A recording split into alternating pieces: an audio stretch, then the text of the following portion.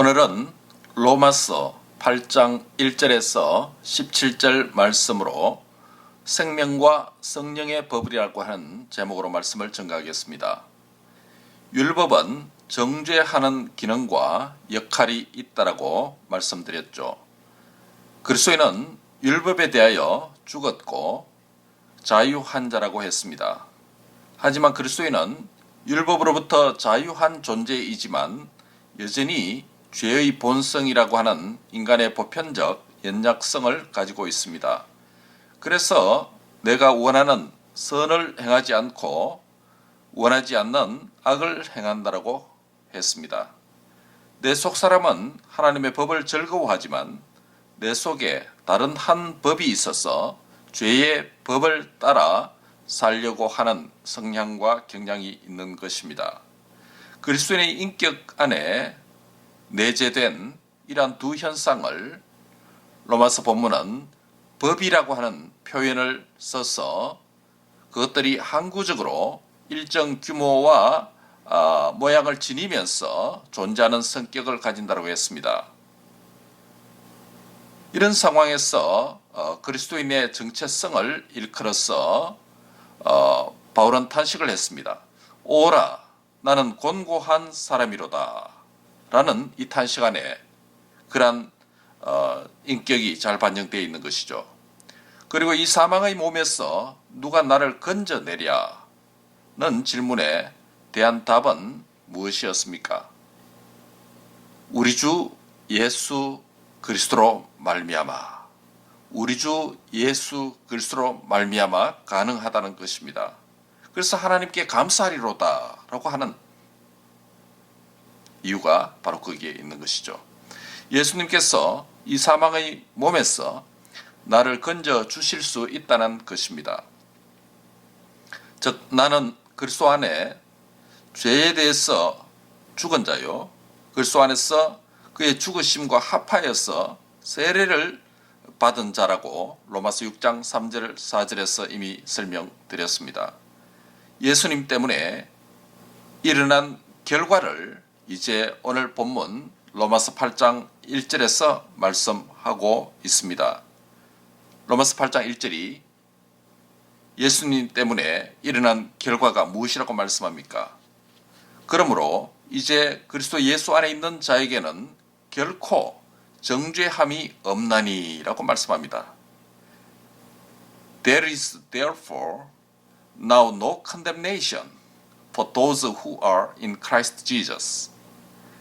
율법은 정죄하는 기능을 했지만 그리스도인은 정죄하는 율법으로부터 자유한 자입니다. 그리고 예수 그리스도 안에 있는 믿는 성도에게 결코 정죄함이 없다라고 선언하고 있습니다. 왜냐하면 본문 2절에 그리스도 예수 안에 있는 생명의 성령의 법이 죄와 사망의 법에서 너를 해방하였음이라 라고 말씀하고 있기 때문입니다. 여기서 바울은 생명의 성령의 법과 죄와 사망의 법을 대조시키고 있습니다. 생명의 성령의 법은 예수님을 믿음으로 말미암아 주어지는 생명이며 그 생명은 새 생명의 창조자이신 우리 안에 내주하신 성령님에 의해서 풍성한 생명을 누릴 수 있는 것입니다. 그런 점에서 예수님을 믿는 자는 생명의 성령의 법에 의해서 지배를 받는 것입니다. 생명의 성령께서 우리 안에 믿음을 통해 주신 영생을 부유하게 만들어 주시는 것이죠. 반대로 죄와 사망의 법은 무엇을 의미할까요? 그것은 율법을 가리킵니다. 율법의 대표적인 기능은 죄를 정죄하고 그 죄의 결과가 사망이라는 것을 보여주는 역할을 하는 것입니다.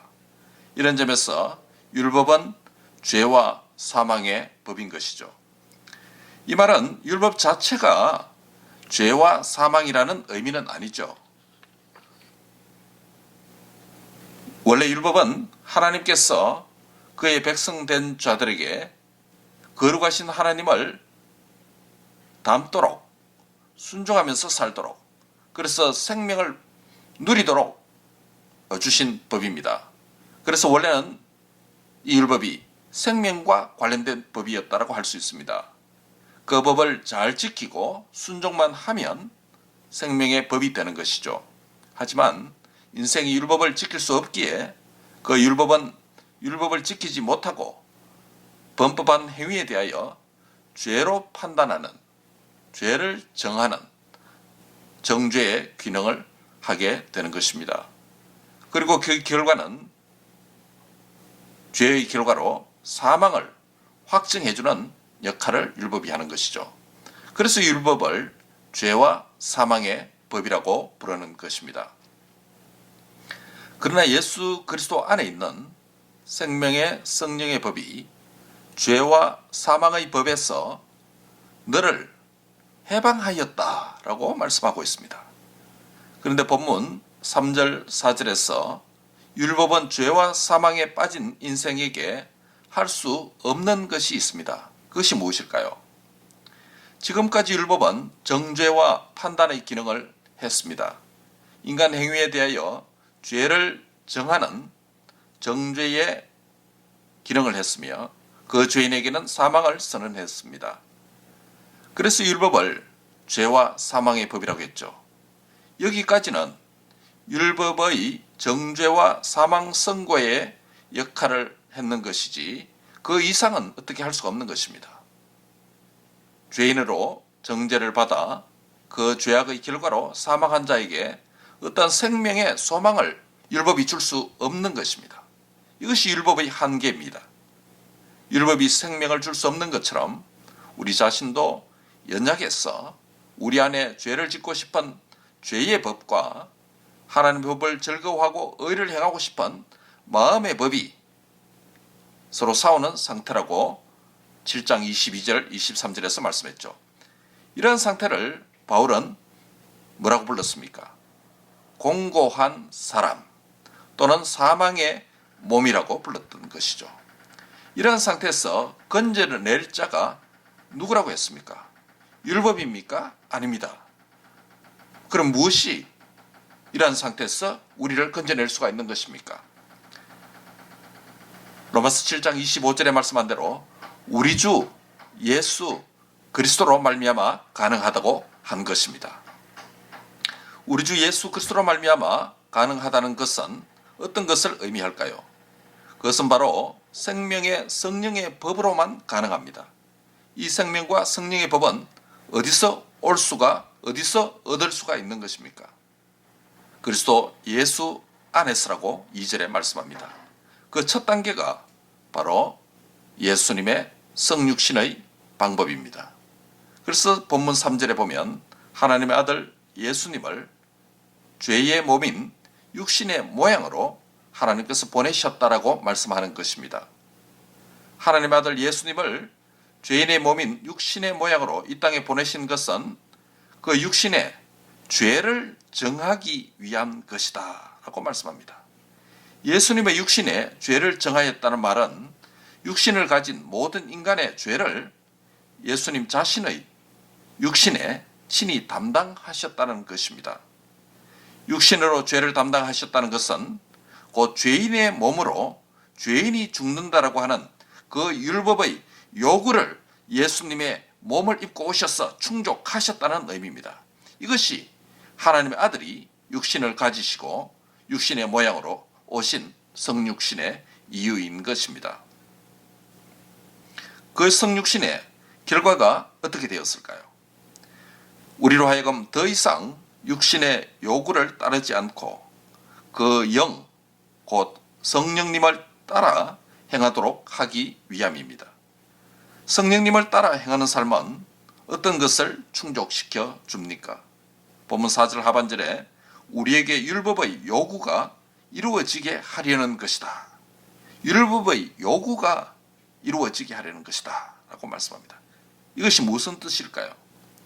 율법의 요구는 하나님의 법을 순종하여 생명을 누리도록 하는 것이 율법의 그 시초적인 목적이었습니다만 그것이 실패하여서 정죄와 판단의 기능을 하여 사망을 가져온 것이죠. 다시 반복하면 우리의 육체와 율법이 더 이상 생명의 길을 제시하지 못하기 때문에 하나님께서 그의 아들을 육신의 모양으로 보내셔서 그 육체에 우리의 죄를 담당시켜 율법의 요구를 충족하신 것입니다. 율법의 요구가 무엇이었습니까? 바로 생명의 길로 가도록 하는 것이 시초적 요구였으나 그것을 하지 못했고, 또 사망 선고, 정죄와 사망 선고를 율법이 하는 기능이죠. 바로 예수님께서 아들로, 하나님의 아들이신 육신으로 오셔서 율법의 요구, 생명의 길과 사망 선고, 사망 선고와 생명의 길, 이것을 율법이 요구하는 바를 예수님께서 몸으로 오셔서 충족시켰다는 것이죠. 지금까지는 삼위일체 하나님 가운데 두 번째 위격인 성자 예수님의 구원사역을 강조했습니다.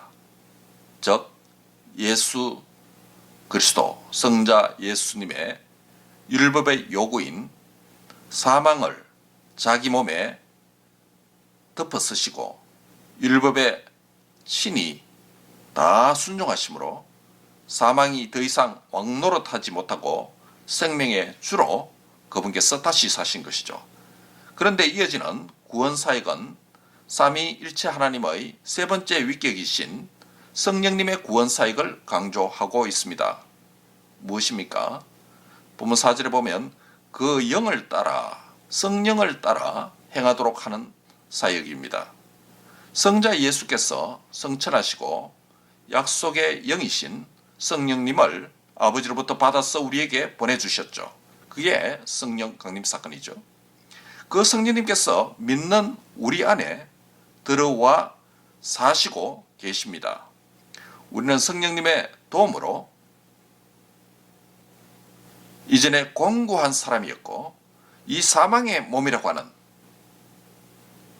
신앙 인격의 안에서 벌어지고 있는 이 전쟁터에서 육신과 싸움에서 육신의 일을 따르지 않고 성령을 따르는 영의 일을 생각하고 행할 수 있게 되는 것입니다. 이 성령님도 9절에 뭐라고 말합니까? 그리스도 중심으로 표현합니다. 성령님을 그리스도의 영이라고 부르고 있습니다. 그렇기 때문에 결국 그리스도 예수 안에 있는 생명의 성령의 법이라고 부르는 것입니다. 그래서 7장 마지막 절에 말한 것처럼 오라 나는 공고한 사람이로다. 이 사망의 몸에서 누가 나를 건져내라 탄식을 했죠. 그런데 답이 무엇이었습니까? 우리 주 예수 그리스도로 말미암아 가능하다는 것입니다. 그래서 하나님께 감사하리로다 라고 한 것이죠. 예수 그리스도라고 말미암아 가능하다는 것은 무엇을 의미했습니까? 앞서 말씀드린 대로 예수님의 성육신 사역입니다. 사람의 몸을 입고 오셔서 율법의 요구를 자기 몸에 친히 담당하셨다는 것이죠. 그리고 두 번째는 예수 그리스도로 말미암아 가능하다는 것은 무슨 말씀입니까? 그것은 그리스도께서 성천하셔서 그리스도의 영이신 성령님을 보내주셔서 믿는 자 안에 내주하심으로 육신의 법을 따르지 않고 성령님의 능력과 도움으로 말씀을 순종하고 따를 수 있도록 그렇게 인도하시는 것입니다. 모두가 그리스도 중심으로 표현된 것입니다. 그래서 본문 5절 6절에 두 종류의 사람을 이제 소개합니다. 육신을 따르는 자는 육신의 일을, 영을 따르는 자는 영의 일을 생각한다 라고 말씀을 하고 있습니다. 즉 앞서 말씀드린 그 공고한 사람, 사망의 몸을 더 구체적으로 생생하게 묘사를 하고 있습니다. 여기서 육신을 따르는 자와 영을 따르는 자는 반대의 의미죠. 그리고 육신의 일과 영의 일이 또한 대조되고 있습니다. 그리고 육신의 생각은 사망이요 영의 생각은 생명과 평안이다 라고 두 일의 결과까지 말씀합니다. 여기서도 육신의 생각, 영의 생각이 역시 대조되고 있습니다. 그리고 사망과 생명과 평안에 라고 말씀하므로 그 결과가 단순한 차이가 아니라 두 종류의 사람은 약간의 차이 정도가 아니라 생명과 사망의 차이, 하늘과 땅 차이라고 말씀하는 것입니다. 그리고 육신의 삶은 하나님과 원수되게 만든다라고 말씀합니다. 육신의 생각은 하나님과 원수가 되게 하나니 이는 하나님의 법에 굴복하지 아니할 뿐 아니라 할 수도 없다라고 말씀합니다. 육신에 있는 자들은 하나님의 기쁘시게 할 수가 없는 것입니다. 본문 9절과 10절에서 그리스도인의 정체성을 성령님과 관련하여서 설명하고 있음을 주목하시기 바랍니다. 만일 너희 속에 하나님의 영이 거하시면 너희가 육신에 있지 아니하고 영에 있나니 누구든지 그리스도의 영이 없으면 그리스도의 사람이 아니라 또 그리스도께서 너희 안에 계시면 몸은 죄로 말미암아 죽은 것이나 영은 의로 말미암아 살아있는 것이니라고 말씀합니다. 성령님을 모신 자는 살아있는 자입니다. 왜냐하면 성령님께서 예수님을 죽음 가운데서 다시 살리신 부활의 영이기 때문입니다. 그리고 예수님을 살리신 부활의 영은 우리 안에 계실 때 우리의 죽을 몸도 다시 살리시는 분이라고 말씀합니다. 예수를 죽은 자 가운데서 살리신 이의 영이 너희 안에 거하시면 그리스도 예수를 죽은 자 가운데서 살리신 이가 너희 안에 거하시는 그의 영으로 말미암아 너희 죽을 몸도 살리시리라. 할렐루야. 이런 점에서 성령님은 다시 살리는 영, 곧 부활의 영이십니다. 이 부활의 영이신 성령님을 우리 안에 들어오셔서 우리에게 보내주셔서 우리의 죽을 몸이 살 수 있게 되었으니 우리는 하나님께 빚진 자가 되었다라고 하는 것입니다. 하나님께 빚진 자는 그러면 어떻게 살아야 합니까? 그것이 본문 12절 13절에 설명하고 있습니다. 그러므로 형제들아 우리가 빚진 자로 돼 육신에게 져서 육신대로 살 것이 아니니라. 너희가 육신대로 살면 반드시 죽을 것이로되 영으로서 몸의 행실을 죽이면 살리니라고 말합니다. 하나님께 저와 여러분은 빚진 자입니다. 성령님을 모신 우리는 그러므로 더 이상 육신에게 져서 육신대로 살 것이 아니라 영으로서 몸의 행실을 육신의 행실을 죽이는 삶을 살아야 하는 것입니다. 이런 삶을 사는 자는 오직 영으로 성령으로 인도받는 사람이며 하나님의 영으로 인도받는 삶이라고 할 수 있습니다. 하나님의 영으로 인도함을 받는 사람은 무엇이라고 불려집니까? 14절에 하나님의 아들이라 라고 말씀합니다. 무릇 하나님의 영으로 인도함을 받는 사람은 곧 하나님의 아들이라. 너희는 다시 무서워하는 종의 영을 받지 아니하고 양자의 영을 받았으니 우리가 아빠 아버지라고 부르짖느니라. 하나님의 영으로 인도함을 받는 사람을 하나님의 아들이다. 그리고 양자의 영을 받은 자가 되어서 하나님을 아바 아버지라고 부를 수 있게 된 것입니다. 우리가 하나님을 아버지라고 부를 수 있는 것은 궁극적으로 성령께서 우리 자신의 영과 우리의 영혼과 함께 우리가 하나님의 자녀인 것을 우리 안에서 증거해 주시기 때문에 우리가 하나님을 아버지라고 부르면서 섬길 수가 있는 것입니다. 본문 16절 17절에 성령이 친히 우리의 영과 더불어 우리가 하나님의 자녀인 것을 증언하시나니 라고 말합니다. 우리 안에 들어와 계시는 이 그리스도의 영은 양자의 영이 되어서 하나님을 아버지라고 부를 수 있게 하고 우리 자신이 하나님의 아들, 딸, 자녀라는 것을 성령님께서 친히 전개해 주시고 성령님의 능력과 도움으로 우리의 영혼도 우리 자신이 하나님의 자녀이고 하나님은 우리의 아버지라고 믿도록 하신다는 것이죠. 하나님의 자녀는 하나님의 모든 축복과 유업의 상속자가 되는 것입니다.